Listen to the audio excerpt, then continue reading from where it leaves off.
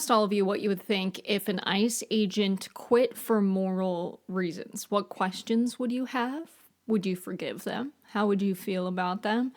And there's a lot of interesting replies. So I really wanted to give people a chance to talk through this anonymously, and I'm going to read through the messages that I got of what people think. One of the first responses was, the best time to plant a tree was 20 years ago. The second best time is now. A lot of people are giving Inglourious Bastards references, so there's that. Would forgive, as long as they started converting other agents. That seems to be a theme. I'd asked what changed for them. How long did they work for ICE? Would they blow the whistle? I would definitely want to ask them why now, what changed your mind. About damn time, but also do more than just quit. Maybe if it was part of a greater political awakening for them, I'd think it was good, but I don't know how you'd wake up to the reality only now. I'd ask them why'd they take so long to do it. My family member works for DHS. I pray every day that she quits for moral reasons. They need to face punishment, and that can be lessened if they expose other terrorists. Good, they're just starting to wake up from a tiny part of the fascist propaganda they believed. I would feel better that not everyone is soulless. It's a small start for hopefully more change. We will always forgive, but we will never forget. I'd feel better about them for sure. Wanting to serve and provide law enforcement is a valid pursuit, and good people find themselves in those positions surrounded by actions with and then later felt guilty and resigned, but I commend the good ones who leave. I think a word was missed there, but I kind of get the point. Depends on when and what prompted or preceded the decision. Fine, but they better be out on the streets protesting. If they change and tell their story, I'd be happy to see an exodus catch on like wildfire.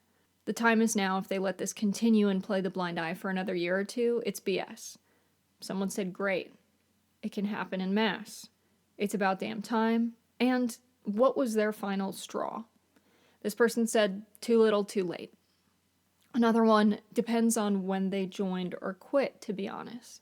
I'd ask what changed for them to reach that conclusion. They would need to prove themselves by revealing every secret they know about them. Yes, if it was actually for moral reasons. A step in the right direction. Glad they came to realize it, even if it was late. At this point, a moral reason is questionable, so much has happened. It would depend if they were hired in 2025 or earlier. Yes, forgive them. Listen to anyone who left a fascist cult, and they will say how intoxicating that was. I hope they get their day against them all regardless. We need as many dogs in this fight as we can. I'd not forget. I'd accept them on our side. How long they were there, what they did when they split can help redeem themselves. I want to know if they're going to follow activism of anti-war vets and pro-immigrant BP and speak out. I would forgive them 1,000% and be their friend. Only if they spill info with receipts to bring ICE down. Hopeful. Good that people are asking themselves questions as to why they're doing something. This is an interesting one. This person's in the UK. I wouldn't leave them with my daughter, but toxic male violence has to end somehow. They're being paid a lot and bigged up. If they got out, then that's good. You already know they've got racist and violence tendencies, but I would encourage them to stay out, stay safe. Trying out fascism and violence against people, the most vulnerable people, isn't an oopsie. I would forgive them. People make mistakes. Ultimately a win. What changed their perspective? How do we use that for momentum? Always forgive. It's hard to reflect on yourself and change. That should always be celebrated. What did they see that gave them the moral conundrum? Did they recently join? If so, why? If they were exposed to new recruits, what was their attitude and aptitude? Ostracization is bad for society. We have to be willing to forgive and rehabilitate. If they're willing to take steps to reform and rehabilitate, the idea of no second chances is bad. Yes, I'd hope they see the light.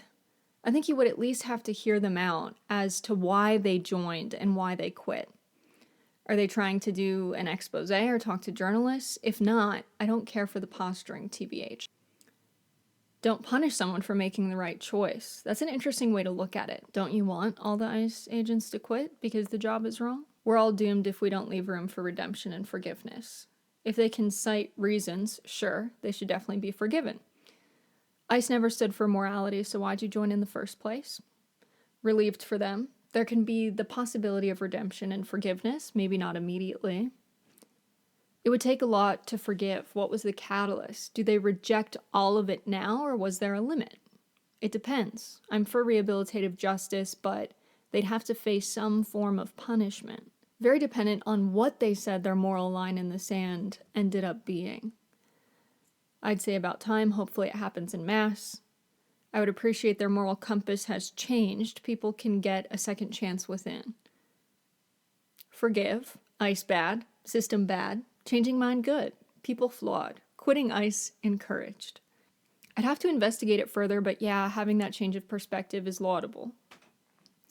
I would find that commendable and forgive them, especially if they joined for financial reasons or if someone joined because they were brainwashed by Republican propaganda. Grace and growth. You have to be morally bankrupt to enroll, especially now. There's no saving them. Well, I mean, you can be bankrupt and then make money again. Does morality work the same? Can you be morally bankrupt and then obtain morals? It's a legal, good-paying job. Do what works for you. I think there's humanity buried in there somewhere, with most, but MAGA is so indoctrinated. I would be happy, and I would wonder if they were now going to actively work against fascism.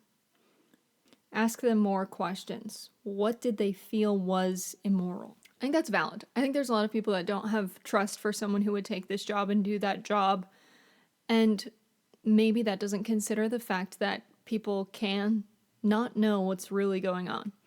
People don't have time to watch the news. People are working 80 hours a week. And so I can imagine a world where someone extremely poor and disconnected from immigration issues in the country, they could see this as a job that pays a lot more than what they do now. I mean, they poured so much money into paying ICE agents. So I can see a world where someone is in a bad situation, they're struggling to provide for their family, their job sucks, their life sucks, they take a job with ICE, and then they're surrounded by all of these guys, and they're like, ooh, I had no idea that's what this was. They don't agree with what they're being asked to do, and they decide, I have to get out. I think if we believe the world can change, we have to believe people can change. And we have to say to that person, tell us about it. I understand the people saying they would have to do some activism now. Maybe they could speak anonymously to a journalist to give some information, blow the whistle. I understand that sentiment that you can't just say, I was wrong, take the money and leave. You have to act on your morals. You can't just have them and be like, I'm a good person because I believe this. You have to live a life by your morals. So I can understand that too, to want people to truly rehabilitate, which means addressing some of the harm that they've done in a way that brings about healing. I think that's what the country needs. So I get that people are like, yeah, I actually want this to happen in mass. I just hope that we all know that's the best case scenario because they're using ICE to divide us. They're sending ICE intentionally to left-wing, mostly, cities that tend to vote Democrat, cities where there's a lot of socialists and progressives, and they're sending ICE there because they know that people are going to show up and protest and try to protect their neighbors, and that's what they want. They want the confrontation because that's an excuse to use more and more force and do what they've done, which is to say now ICE can operate with immunity. Why does the president have a cartel of thugs? Why does the president have a gang operating in the streets? That's not how the division of power is supposed to work in our country. And that's scary. And if someone feels like they have no path to rejoin society after leaving ICE, I'm afraid that that means they won't leave. And they'll double down. And they'll assume the opinions and beliefs of the other people in their community, which are other ICE agents, which we know a lot of them are white supremacists.